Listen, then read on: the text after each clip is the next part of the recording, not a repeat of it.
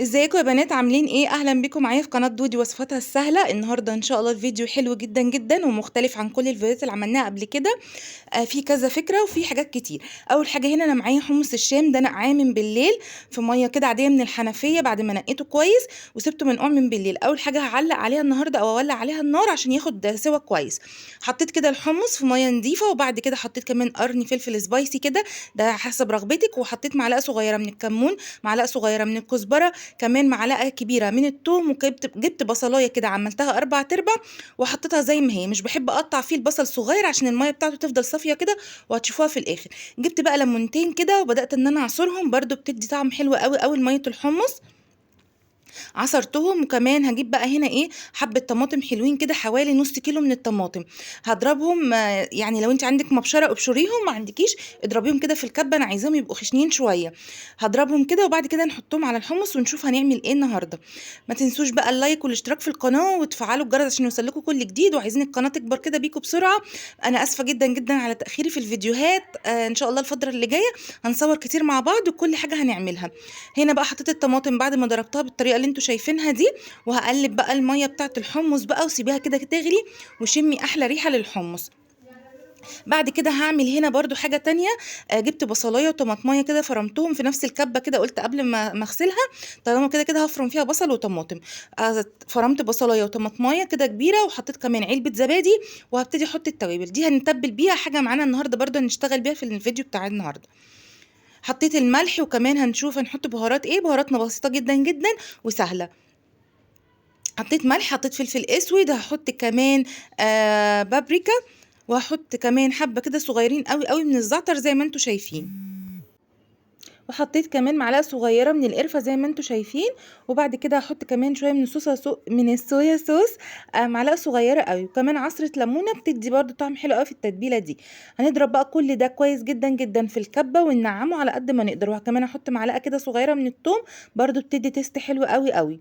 خلصنا كده التوابل، وهكتب لكم التتبيله في صندوق الوصف ان شاء الله للي حابب برده يعملها. هنضرب بقى كل ده ضرب ناعم قوي قوي لغايه ما احس ان الخليط معايا ناعم.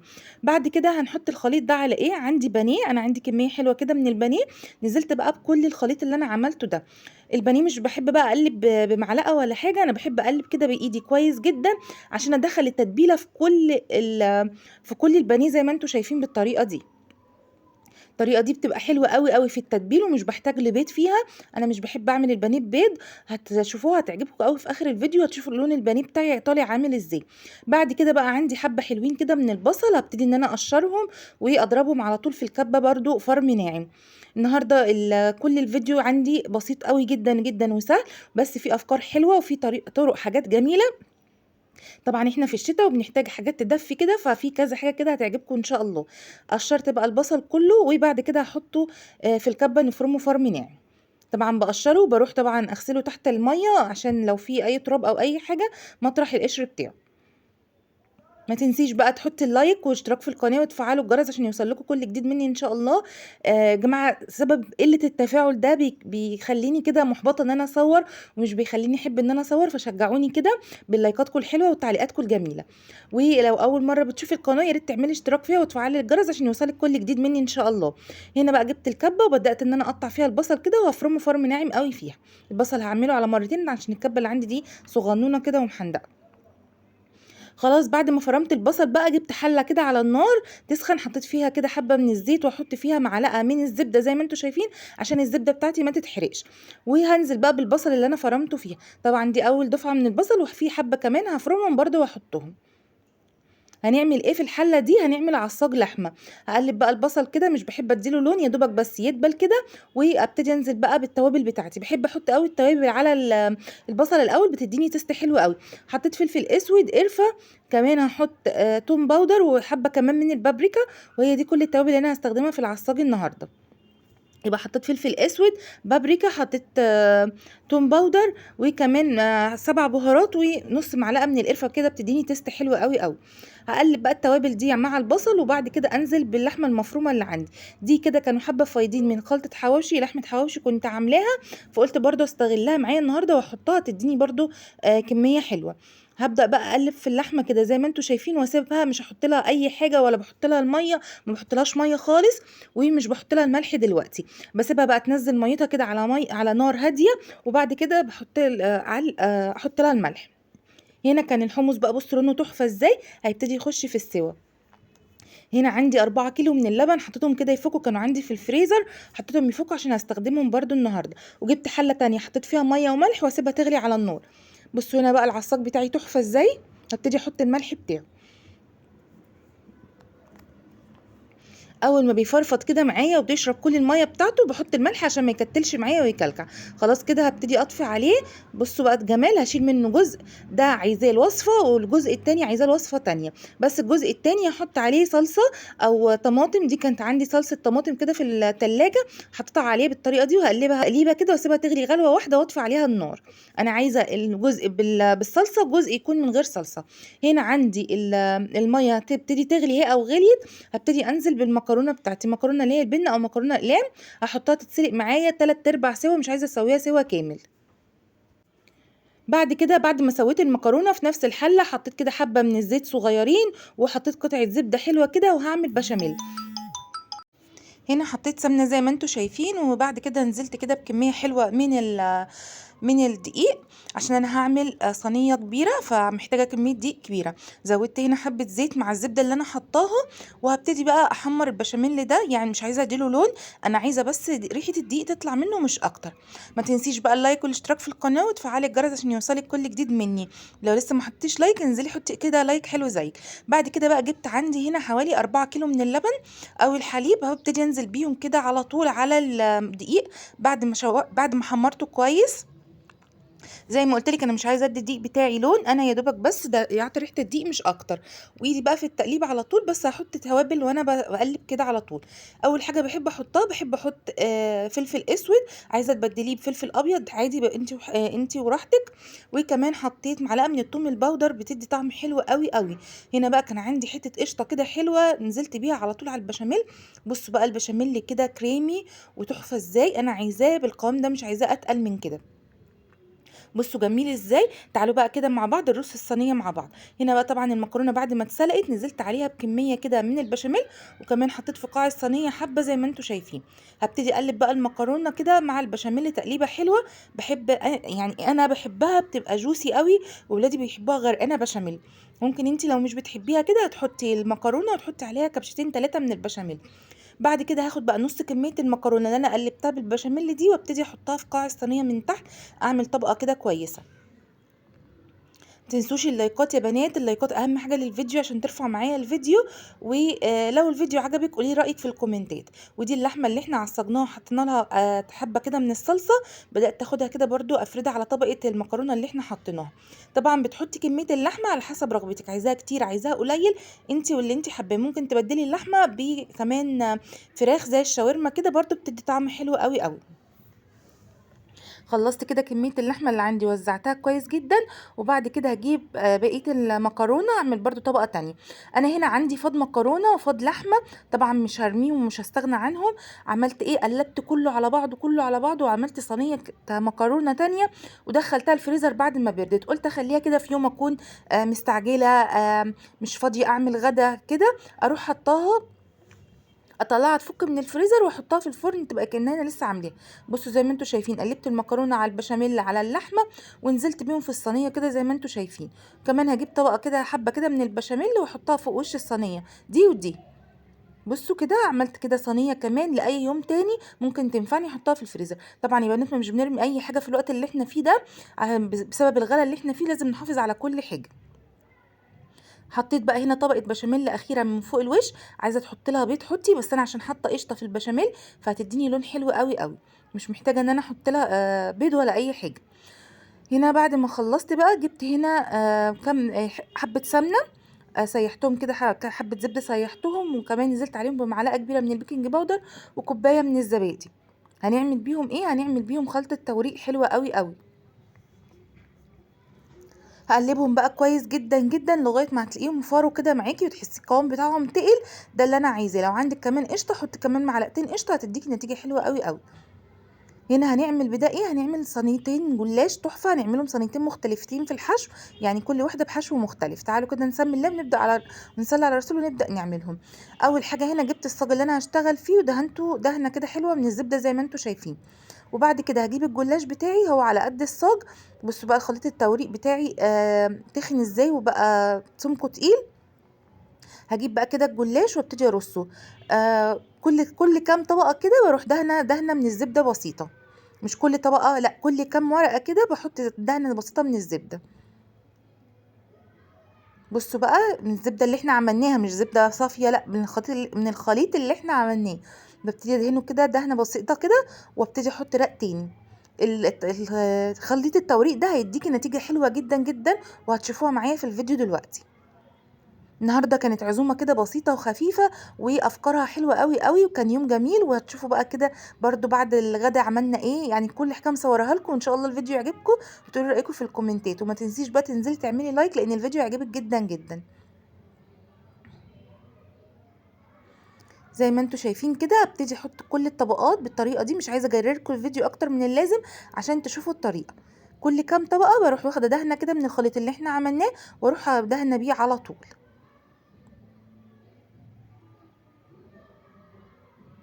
الخليط ده كده مش بيخليكي تحتاجي ان انت تحطي لبن وبيض ولا اي حاجه. هنا بقى اول حشو عندي بسطرمه وزيتون وفلفل الوان، هبتدي انزل بيهم بالطريقه دي. هم كانوا عايزينها حشوه بيتزا كده فقلت اعملها لهم بالطريقه. طبعا لو عندك جبن هنحط برضو جبن، متهيألي عندي جبنه وهنحط، مش فاكره حطيت بصراحه ولا لا. حطيت، شفتوا؟ عندي كده حبه من الجبنه الموتزاريلا، حطيت حبه صغيرين كده تمسك لي بس الحشوه مش اكتر.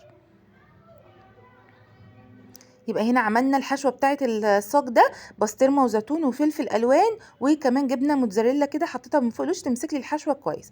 بعد كده هحط طبقه تانية من الجلاش. الصاج ده عندي مقاسه 30 في 40، بياخد ورقه ونص بالظبط من الجلاش. يعني الورقه بتبقى نص كيلو، انا باخد كيلو الا ربع بالظبط من الجلاش في الصاج ده، نصها من تحت ونصها من فوق. هحط برضو كده طبقات الجلاش زي ما انتوا هتشوفوا، برضو كل ما بين طبقه وطبقه هحط برضو الخليط اللي احنا عملناه مع بعض. لغايه كده الطريقه سهله قوي وبسيطه ومش بتاخد منك وقت، بس بتديكي نتيجه حلوه جدا جدا، هتعجبك ان شاء الله. خلاص خلصت كده الرصه بتاعت الجلاش كلها. هبتدي بقى ان انا اقطعها. طبعا مسخنه الفرن بتاعتي على اعلى درجه، وبعد كده قبل ما بحط الصاج بخليها على 180 وبحطها على الرف الوسطاني لغايه ما وشه يحمر من فوق ومن تحت. قطعته بقى هنا كده مربعات زي ما انتم شايفين. وتعالوا نبدا مع بعض في رص الصاج التاني. مش هطول عليكم فيه، طبعا عرفتوا الطريقه، بس هوريكم حشيته كمان ايه. اهم حاجه تبقى السكينه اللي معاكي تكون حاميه عشان تقطع معاكي بسرعه وما يتهريش الجلاش. زي بقى اعملي لايك لاحلى صينيه جلاش تحفه، هتشوفوها في الاخر طالعه تحفه وجميله. وفي افكار حلوه قوي قوي في الفيديو النهارده هتعجبكم ان شاء الله. بصوا الجمال. بجيب بقى هنا دهنه من الزبده، زبده بس من غير خليط التوريق، وادهن بيها الوش زي ما انتم شايفين كده. طب ليه ما دهنتهاش من خليط التوريق؟ انا كده كده دهنه خليط التوريق من تحت، وبعد كده دهنت دهنه الزبده دي بتخلي لي الجلاش بتاعي مقرمش كده وتحفه. هتشوفوه لونه تحفه وطعمه كان خطير. ايه الجمال ده، شايفين الجمال؟ تعالوا بقى نحطها في الفرن ونجيب الصاج التاني ونبتدي نعمله. هنا برضو عملت اول طبقه، ودي بقى لحمه مفرومه. هبتدي برضو ان انا اوزعها. دي اللحمه اللي احنا شلناها من غير ما نحط لها طماطم. هبدا برضو كده ان انا اوزعها كويس جدا جدا، وبعد كده هنشوف هنعمل فيها ايه تاني.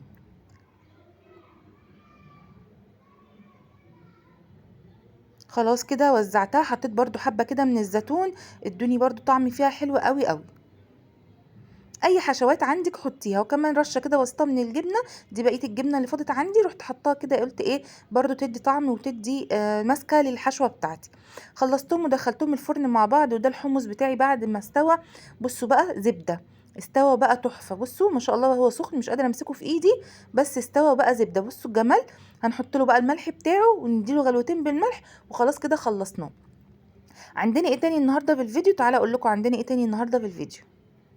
بس ما تنسيش تنزلي تعملي اللايك والاشتراك في القناه وتفعلي قلت بقى بعد كده نعمل كمان حاجه حلوه لزوم السهره. فهنا قلت نعمل بسبوسه سريعه. عندي هنا كوبايتين من سميد البسبوسه، نزلت عليهم بكوبايه من السكر، معلقه من البيكنج باودر، كوبايه كده من الزبده السايحه او سمنه بلدي بقى بتديكي طعم حلو قوي قوي. انا النهارده هعمل طريقه البسبوسه ده بسبوسه الميه، عملتها معاكم كتير قبل كده، بتبقى حلوه جدا جدا وناعمه زي بتاعه زي الجاهزه بالظبط. بدات بقى ان انا هنا ابس الدقيق البسبوسه بالزبده كويس جدا جدا، وبعد كده جبت كوبايه من الميه الدافيه، حطيت عليها معلقه عسل كلوكوز وحاجه بسيطه كده من الفانيليا، وبدات انزل على السميد بتاعي واقلبه زي ما انتم شايفين. سهله جدا جدا وما بتاخدش وقت ولا مكونات كتير. خلاص وصلت للقوام اللي انا عايزاه، جبت الصينيه بتاعتي دهنها دهنه من الزبده وانزل على طول بالبسبوسه اللي احنا عملناها. برضه هتدخل في الفرن على اعلى درجه وبحطها في الرف الوسطاني. هنا بقى كان عندي حبه لوز كده نقعتهم في ميه سخنه، يعني ميه مغليه، نقعتهم حوالي نص ساعه وقشرتهم بالطريقه دي. وقلت بقى ايه اديها وش كده من اللوز، بتبقى شكلها حلو جدا جدا وشكلها كده شيك في التقديم. هرص بقى الصينيه داير داير كده، وبعد كده ندخلها الفرن على طول. لازم تخش على فرن سخنه جدا وتكون درجه الحراره عاليه وتحطيها على الرف الوسطاني، هتديكي احلى نتيجه وهتشوفوها معايا ان شاء الله. بس احنا لسه كمان هنكرمل لها السكر بتاعها، العسل بتاعها، عشان تديني لون حلو قوي من جوه. اسفه بقى على منظر البوتاجاز، الاكل كتير فالدنيا متبهدله معي. هنا بقى بكرمل السكر وابتدي احمر كمان البانيه بعد ما عملته في الكفر بتاع البانيه. عباره عن ايه؟ كل كوبايه من الدقيق بحط لها نص كوبايه من النشا، كل كوبايه بقسماط بحط لها نص كوبايه نشا ونص كوبايه دقيق، نص معلقه من الفلفل الاسود، واقلبهم كويس جدا جدا وابتدي اعمل بيهم البانيه بتاعي. زي ما انتوا عارفين البانيه مش بحب احط له بيض، بس بصوا لونه بقى طالع تحفه ازاي، والكفر ماسك وتحفه ومقرمش كده وجميل. جربوا الطريقه بتاعت البانيه دي هتعجبكم جدا. ده اللون اللي انا وصلت له من السكر بعد ما تكرمل. هبتدي انزل بقى بكوبايتين كده من الميه الدافيه او الميه المغليه عليهم على طول، يا دوبك بس يفكك فيهم السكر واشيلهم على طول. وطبعا البسبوسه عندي خلصت. بصوا لونها تحفه ازاي، شوفوا بقى الجمال. بصوا مجرد ما بتشرب العسل بتاعها تعرفوا ان هي كده ناجحه 100%. هتشرب كل كمية العسل دي، وهوريها لكم في الاخر شكلها عامل ازاي، تحفة بجد. هنا كمان كنت طلعت الجلاش كان خلص عندي. بصوا بقى الجمال والحلاوة. هنا خلاص كنت بخلص في الاكل وكل حاجة خلصت مع بعضها، وكل حاجة طلعت زي ما انا عايزة بالظبط. بصوا بقى جمال الجلاش تحفة ازاي. بصوا بقى مورق ومقرمش وتحفة ومن جوه طري فظيع. شايفين الجمال؟ ده اللي باللحمة وده كمان بالبسطرمة. بصوا بقى تحفة بجد، طالع حلو جدا جدا. هنا بقى كنت بس بقطعه يعني بحاول ان انا اسلكه من بعضه، لازم بنعيد على التقطيعه بعد ما بيطلع من الفرن. بصوا الجمال حلو قوي. تعالوا كمان شوفوا المكرونه فظيعه وطالعه جوسي وحلوه. وادي البانيه بعد ما خلص بدات بقى ان انا اعمل اطباق واوزعها، ودي البسبوسه كمان. بصوا شربت العسل وتحفه ازاي. خلصنا بقى كده الغدا، وطبعا عملنا المواعين بتاعتنا وظبطنا الدنيا كلها. قلنا بقى نخش على حمص الشام. عايزين نعمل له دقه حلوه قوي تخليه طعمه حلو معانا في التقديم. حطيت هنا معلقه من الثوم، نص معلقه من الملح، نص معلقه من الكمون، وكمان حطيت بقى معلقه كبيره كده من الشطه السبايسي، عشان احنا عايزين نعمل الدقه دي حاميه، يعني اللي عايز بقى يخليه سبايسي بيحط من الدقه دي. وكمان بقى جبت حوالي 4 ليمونات كده كبار وعصرتهم بالطريقه دي.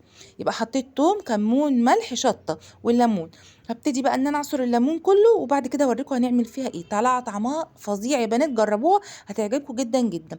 ما تنسيش بقى تنزلي تعملي لايك والاشتراك في القناة لو لسه ما عملتيش.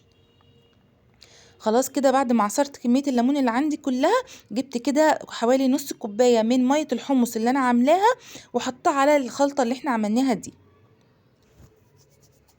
رحت بس اجيب الميه بتاعه الحمص، هي زي ما انتم شايفين نص كوبايه كده من ميه الحمص. بصوا بقى الجمال ولا الريحه ولا الطعم. جبت هنا ازازه من بتاعه المستردة دي وقلت احط فيها، وفتحتها شويه كده على اساس ان هي تنزل معايا على طول. يبقى عملنا احلى دقه كده جاهزه معانا على طول. وتعالوا بقى كمان نقدم بسبوسه. ده بقى بعد الغدا قلنا ايه، نقدم اللي عايز بسبوسه ياخد واللي عايز حمص الشام ياخد، لان مش الكل بيحب البسبوسه ومش الكل بيحب حمص الشام. بصوا الجمال بقى ولون البسبوسه من جوه هوريهولكوا تحفه، طالع تحفه بجد. بصوا لونها، شايفين لونها من جوه مكرمل وجميل ازاي. دوقوا اعملوا الطريقه دي تحفه، كنت اقول لكم دوقوا الطريقه دي، اعملوا الطريقه دي تحفه حلوه قوي قوي.